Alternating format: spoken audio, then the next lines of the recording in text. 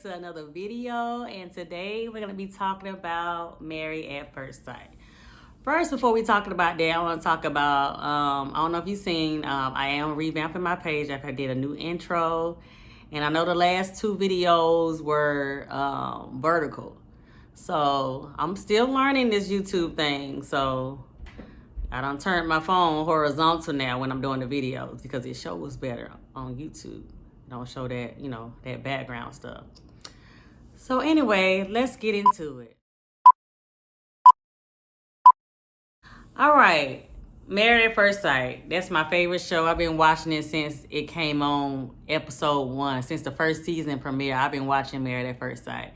Now, me personally, I would never do it, but I just love watching it. I actually love how people actually stay together after the few weeks they've been together. People actually choose to stay married, and I think that's just so cute in the short amount of time that they do meet each other. So I don't know if y'all been watching it, but I don't know if y'all saw last season. But last season was in Atlanta, and honestly, I think they did Paige so wrong with that situation because, like, Chris was horrible. That dude was horrible. Like, definition what is it? What's the word? A B. We know what I'm talking about. A true that. He was definitely a true definition of that. Like how he treated her, bragging to her about how he bought his baby mama a car, a BMW at that. Like, dude, this is your wife. You have to come to your wife about stuff like that before you just go buy a car for your ex. I mean, I know she's pregnant and everything, but still, that's what marriage for. You have to communicate with each other before you make any type of big purchase, or that's what I feel. So yeah, this season they're in Houston, and it's pretty much some mess. So we're gonna talk with Malika and Zach. Girl, now Malika girl. So with you, like when she got mad, so Malika lost her dad, I guess, at a younger age. I'm not sure if she was younger or older, but she lost her dad in a hit and run, I believe. So I guess she has issues when people don't approach her or tell her things. But she clearly stated before they got together that she don't like people waking her up from her sleep. So Zach, I guess he had fell asleep in the other room with the dog. I don't know if the dog wasn't feeling good, but he took the dog to, I want to say daycare the next morning. He didn't wake Malika up. Again, she told him she don't like to be woken up. So, girl, she woke up calling his name, Zach. He didn't answer. Girl, I don't know if y'all saw the episode when she had that Clorox in one hand and something else in the other hand. Baby, she banged it on the table. This girl was really mad. So basically, she was mad at the fact that he didn't text her or send her a text or anything like that. That I can agree on. So even if he don't wake her up, I still think it is courteous to leave your significant other a text, at least to let them know. If you're not gonna wake them up out their sleep, at least let them wake up to a text letting them know, okay, I stepped out, I took the dog to the daycare or doctor, whatever, and I'll be back in a few hours. So he came back, and girl, this girl done packed all her stuff up. She packed all her shit, and she left. Everything.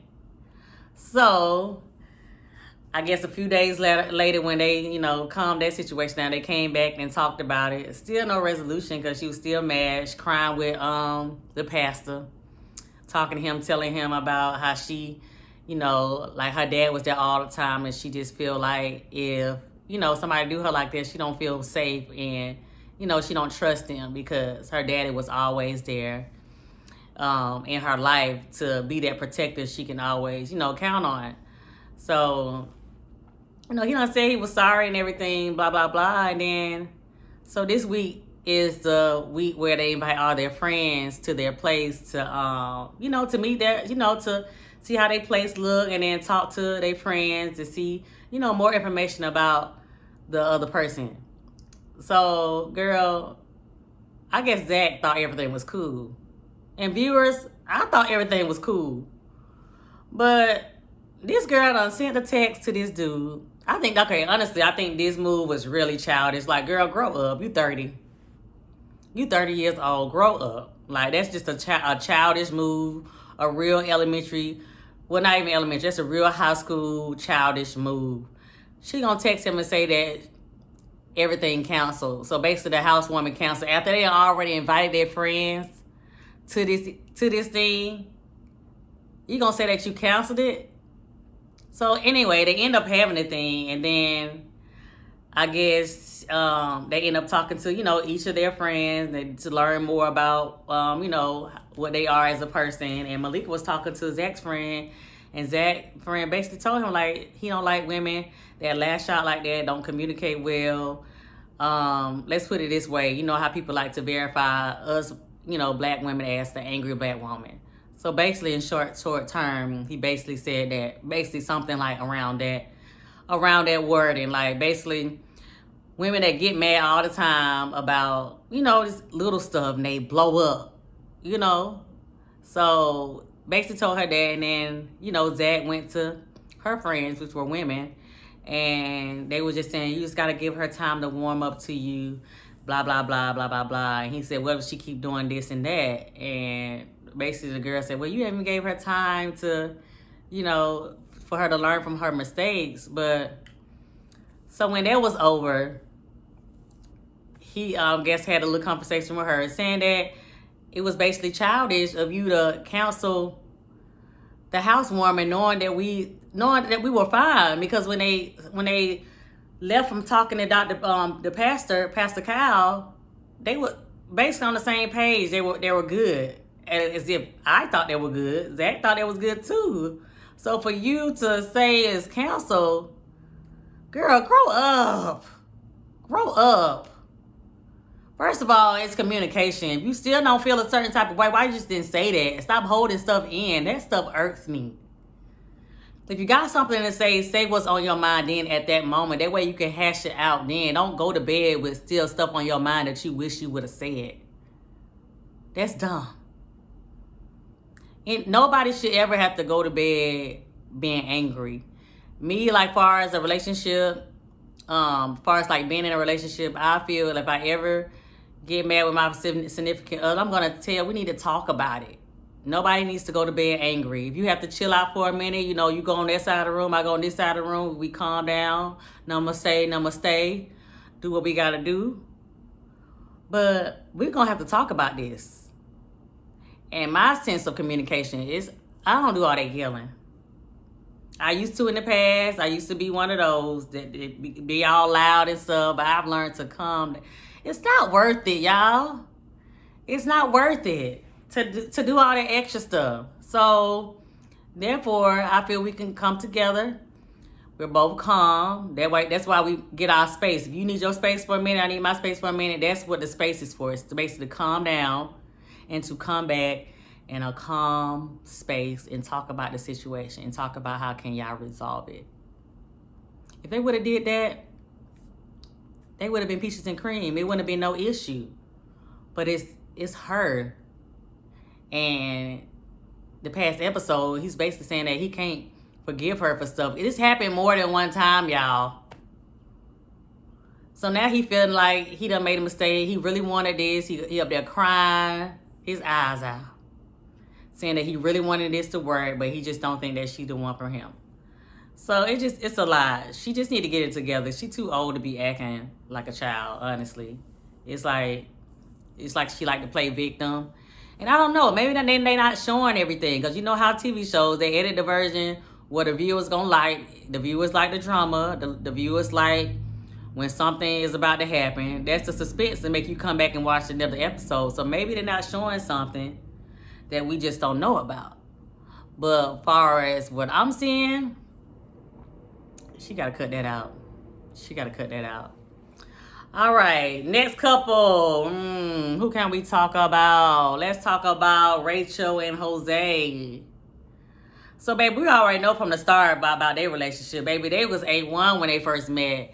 First, he didn't think that she liked him because she was saying basically they got everything she wanted, but looks wasn't at the top tier. So in the beginning, he thought he was ugly. He thought that his wife wasn't attracted to him. But baby, they hit it off wonderfully. Like, they clicked so well. Like, the lovey-dovey, the kissing and all that. Every time, you know, when they went on their honeymoon, the other couples looking at them, they all on each other, all, you know, touching the leg, touching the hair, you know, doing all like this, give me a kiss, you know, doing all that extra stuff, you know. That was good. Like, I thought that was going to be good, but, you know, happiness don't last forever. Especially with being on a TV show. It might be happy from the start, but baby, it's gonna be because you first of all, it's married at first sight. You don't know the person, so you're still learning how they act and their ways and everything like that. So honestly, I mean, I'm not gonna say I had doubt in them, but honestly, from like I said, from the beginning, they were good. Like how they vibe was, everything was marvelous. So yeah, so when they moved into the apartment, you know, they paid for the apartment. First of all, Married at Sight, going off topic. Married at First Sight pay for everything. They pay for your wedding dress, pay for your wedding, pay for the apartment that they put you in after the honeymoon. They pay for the whole experience. So I've heard, I don't know if this is true, but I've heard that if you try to leave, you know, the marriage, you're going to have to pay all that money back. Now, that's just what I heard. So that's the kick out of it. So basically, you're going to have to stay for the whole show if you sign up for this show. Yeah, and honestly, I think that's why Paige is back in the Atlanta episode. Honestly, I think that's why Paige didn't leave. She didn't leave because honestly, I think she would have had to pay that money back. So yeah, Jose. Okay, so Jose is the type of guy. I have nothing wrong. It's nothing wrong with this, but he's the type of guy. Like I said, at his house, he got this whole whiteboard. Now, this whiteboard got every detail about his credit score, what bills he got, how much money he gonna put out, his savings, all that. And Rachel's the type of guy is, I'm all, you know, YOLO. Live your life to the fullest. Like, she one of those type of girls. Like, you only live once type girls. Like, she said she wanted to go to, I don't know, like, I think she said, I don't know, but Spain, he just want a trip. He think it's just, why we just won't go somewhere, you know, in state, something that we could save more money by. Like, dude. Like, I'm not saying you get in a marriage to go on trips, but you want to experience new adventures with your significant other. And sometimes you don't want it to be state to state. You want to go out of the country. So that right there, I didn't like about him. Honestly, I think he's controlling because now he's trying to control her money and how she live her life. Like, why should I gotta stop going on my trips just because you want to save some money? Your credit score is good. You save money. So why can't we save for this trip? You know, we can still budget out, see how much we're going to spend for that trip, and go have fun. Like, and honestly, I think that's what she don't like about him. Because as far as the money thing, he's just too controlling about that. He's real strict about that. And sometimes it can be overwhelming. Nobody want to hear that all the time. Oh, baby, you got to get this together. Baby, you got to get this together. Okay, I understand that you talk about it sometimes, but all the time, nobody want to hear that. Like, we can work on, like, if you want to help me, we can work on getting my finances right. But it don't mean we have to stop doing things to enjoy life with, if that makes sense. So, yes, last episode, baby boy. Last episode, Miss Rachel, I guess they was in the clubhouse, and Miss Rachel called him about another man's name. Now, I didn't put this in here. Fun fact is, not really a fun fact, but fact is about Miss Rachel, she had infidelity in the past and admitted that when they was in their honeymoons. All the couples said, I think it was Val said, never have I ever cheated, you know, on my significant other. And Miss Rachel, Miss Jose was looking like, honey, my wife ain't no cheater, but baby, he didn't see her hand when she raised it. And then he was like, damn, I married a cheater. And like he was saying, once a cheater, always a cheater. So in his eyes, he thinking that she messing with somebody else because she called him another name. But like she said, I immediately apologize for it. I immediately apologize for it. Which she did. She apologized instantly. Now I know that how they can make somebody mad. I would be mad as hell too if somebody calling me another girl's name. I'll be mad. But she apologized. She did apologize. Now what I didn't like about him is his reaction. Like, it was bad. Like, Rachel have never seen this side of him. He was up there telling nigga, you gotta get out, pack your and leave. Like, he got real aggressive, y'all. And that's what I'm saying, baby. First of all, like I said, this is married at first sight. So you don't know this person. You don't know how they act. They can be one way when the camera's rolling and be some way when the camera's not rolling. But baby, oh my God. Y'all. If y'all ain't watched it, y'all gotta see the episode. He went off. F-bombs, all kinds of bombs. And she was like, my mama and my daddy didn't raise me to let a man talk to me like that. Which is true. Nobody ain't about to talk to me like that. First of all, who you think you is talking to me like that? Now, I know I made a mistake and I apologize about it, but for you to come at me like that, doing all that yelling, dropping F-bombs, telling me to get out of here, pack my shit, leave, like, baby, your true colors are coming out, and it don't look good at this point. So, meaning, I ain't even let y'all know this. They had already said they love each other. Rachel said it first, and then he said it. They had already dropped the love word already. And then he act like this. So, honestly, I want to hear y'all opinion about that situation. Because, honestly, I didn't know. Because that next morning, they tried to talk about it. And he repeated, like, you called me another man's name. She said, well, I immediately apologized for it. You know, I immediately apologized for it, and I'm not seeing nobody else. It was just a true accident. I didn't mean to call you by another man's name, but like I said, I can understand about a man getting mad when you call somebody else another name, especially if you got a history of infidelity. But in my opinion, he shouldn't have acted ass like he did. He acted freaking crazy. And then the next morning when they tried to talk about it, she said she didn't want this marriage no more because he can't take responsibility for what he did. He can't take responsibility for what he said to her, how he came at her disrespectfully. That in no shape or form was that right for him to come at her like that. I understand you mad, but come on, dude. All that wasn't even called for. And like, I think he said that, well, I wanted to say that something where I think he was sorry, but he said, I don't want to say it because you'll think it's okay to say it again. She was like, well, I'm your wife. You should want me to feel better about the actions that you took last night. Like, you should want me to feel better about making this marriage work, but you're not going to say it because you think I'm going to do it again? Jose, I don't get you. Jose, I really don't get you. But, baby, your true colors did come out last night. And, baby, I don't know if Miss Rachel going to want to be with you anymore. Because, baby, if you acting like that for an incident like that, what you going to do when y'all have other arguments about stuff? Are you going to be telling her to get the F out? Sorry? So, yeah. Honestly, I don't know. Honestly, I don't even know about them. She's saying that she don't love him no more. She don't think it can work. So that next day, they went their separate ways. Like the bridesmaids hung out. They went to this place where you destroy stuff with the axes and hammers and stuff.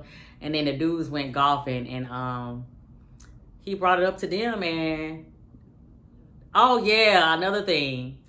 So Rachel went to go walk, because there was another lady in there at the time. I think she was one of the producers of the show. She worked for the show, and she had walked the girl to the car. So I think Jose went out first, and then she went out next and took the lady to the car. Ooh, excuse me. She took the lady to walked the lady to her car. Jose arrived back home first. He see that he say that he didn't see that his wife was home. This idiot gonna lock the door and put the bolt lock on. You know your wife not home. And you know your wife gonna come home. So why would you lock her out? Girl, Rachel out there just banging on the door. He would never come to the door. So when he get with the boys, he tell the boys about, okay, she called me, you know, another man's name, blah, blah, blah, and I accidentally locked the door. How the hell do you accidentally lock a door? And like Gail was saying, did you call your wife to see if she was coming home? He didn't. And like Ryan was saying, how can you accidentally lock a door? You can't accidentally lock a door if his intentions, he was trying to be malicious and he did what he did. Period. Just say that. You want to be grown about everything else. You want to speak your mind, do the F-bomb. Say what you really did, dude. Because you didn't tell them how you was talking to her.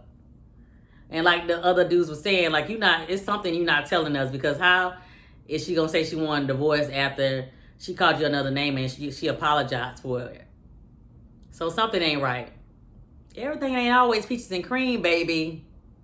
Baby. Moving on. Let's talk about Johnny and Bao. Bow. So yeah, their relationship. First of all, I thought their relationship was like a perfect match. Bao and Johnny knew each other in college. Bao always had a crush on Johnny, and I guess Bao, I think she had some tickets or something to some kind of place, and she had nobody to go with, so she texted Johnny about it, and basically he ended up ghosting her. So it was funny for them to get married. She told him about it. He was like, no way, like, I didn't do that, and stuff like that. So it was real funny. But so yeah, their relationship is just so cute though. I think their relationship is so cute. Now Bao, I don't know. She come as like I know Johnny said this too, like she acts like when it comes to like intimacy, she acts like a little kid.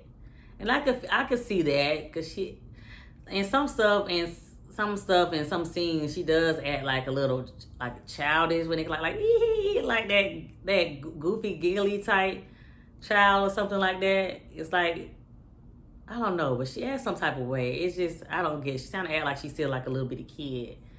So yeah, I didn't get that part about that, but the experts had gave them a game to play, because this when they didn't even have sex yet. Gave them a game to play, had them some champagne, baby. And they was asking questions about love. And baby, it got spicy and they ended up having sex.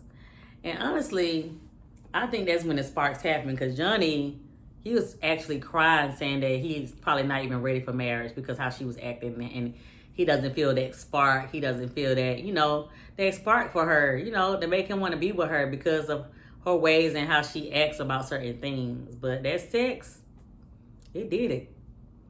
Ever since they had that sex, girl, y'all, they been good, honey. I mean, she still act a little kid like, but like, okay, so he did date night. He did like a paint and sip. They had their wine and they was painting. She too serious. Like when stuff not right, oh, this not right, it has to be perfect. And Johnny lit in the back like, this is supposed to be fun. It ain't no competition. Nobody might put this in a freaking museum.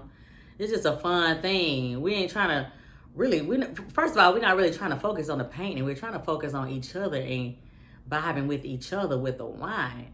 That's what this was supposed to be, not nothing serious of who picture can look the best, or if this a mistake or not. That's what I'm saying. Sometimes I think she's a little slow about people's moves, like the vibe. That's the word. She's be confused about the vibe with certain things. Like, girl, chill out. Everything don't have to be so perfect. Everything don't have to be so serious all the time. Just relax and enjoy the date that your man prepared for you. I'm sure he could care less about what you paint. Baby, all he was worried about was you. Okay? On to the next couple. God darn it. Let's talk about Gil and Mirla, whatever her name is. Mirla. Miss High Maintenance. So Miss Mirla said she didn't even want a bald head dude before she got married to him, girl. She didn't want a bald head dude.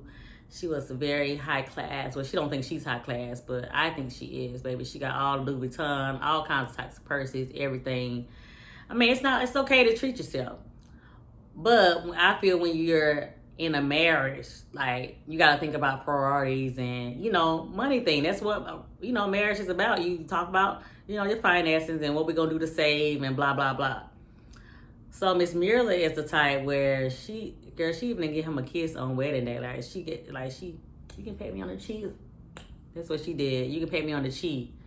So, and she said that comes from a relationship she was in with a dude, and he ended up cheating on her. So from then on, she's not serious with relationships. She's not serious. Well, she's serious with relationships, but she's hesitant to move forward because she said that kissing is a sense of intimacy to her. Like, it is an intimate moment. Kissing, it brings sparks, the energy, the blood start flowing, the juices. Yes. So yeah, I can understand what she mean about that, but the season this week, she finally kissed him, y'all. I felt so happy for Gil. He had been waiting for that kiss because, baby, Gil said, if you can't kiss me before the decision they get here, baby, I'm getting divorced. And she was like, this when they was talking to Vivian. She was like, she was telling Gil, so all you need is a kiss from me to be with me, to stay married to me. So, baby, I guess she thought about that, and she was like, well, I have to see the moment. I have to see if the moment's right, blah, blah, blah. And he was like, well, that means then I'm getting a kiss soon. And she was like, well, not necessarily. Like, she tried to put it like that. But, baby, she gave him two, and not just one kiss, two kisses. So you already know when they had golf day, the next day, he had to come back and tell the boys, because the boys, they knew that he didn't get no kiss yet. So when he told them that, baby, he was so happy to tell them that he finally got a kiss, and not one but two kisses, baby. He was happy.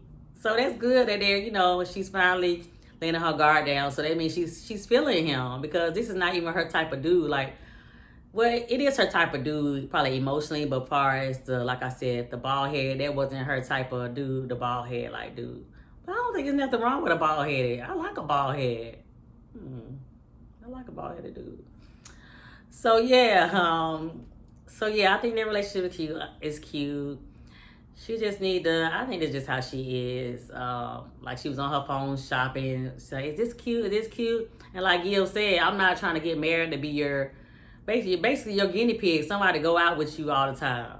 And nobody ain't about to be going out all the time, like 3 or 4 times a week. No, we gotta still save money. You need to cook. If you can cook, you need to cook.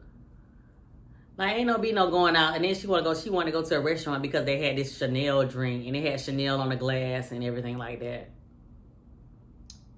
So anyway, enough about them. Let's go to Brett and Ryan. So yeah, their relationship, this is the last couple. Yeah, Brett, Ryan, Johnny Bow. Yeah, this is the last couple. I hope I ain't missed nobody. But yeah, Brett and Ryan. So basically he's I think he's attracted to her, but it's just how she acts. She's very, like, when they went on the honeymoon on the plane, she get very nervous about a lot of things, very high anxiety, like, and he's not used to somebody being like that. Like, he's a country guy. He shoots animals and hunt and all that stuff. And she don't like that stuff. She don't do the country music. She don't do none of that like that. And she has red hair. And that's really not he never dated a redhead, but he do be saying that she's beautiful. And he said the thing that stood out to him when they first met was the eyes. Like, she do got some beautiful blue eyes. I'm not gonna lie, that girl got some beautiful blue eyes, but it's like she worried too much. Like, let go. Like, it's gonna be okay. This is your man. This is your husband. He gonna protect you.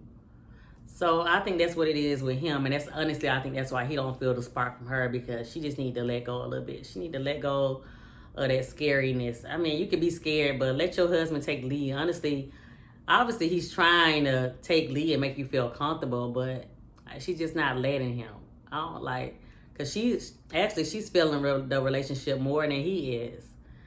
So she was crying with Viviana when Viviana came to meet them. She was crying because basically she said in the past it's always been like that. Like, the guy, like, you're a good person, but we have good vibes, but it's always that but.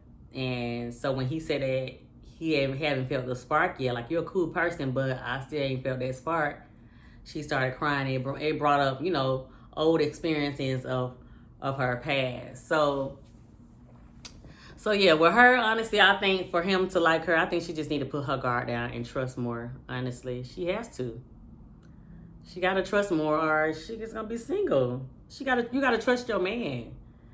I mean, I know y'all only know each other for a short amount of time, but you gotta trust him, and open up more. And that anxiety gotta go down, way down, because it just sometimes it's overkill.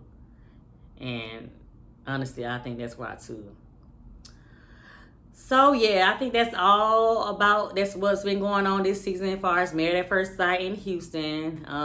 Baby, I'm a big fan, and I continue to keep y'all up to date if y'all want me to about the show, because regardless, I'm gonna watch it, because that's my show. I be ready for Wednesdays to come on at 8 o'clock, and if I don't watch it, baby, I do record.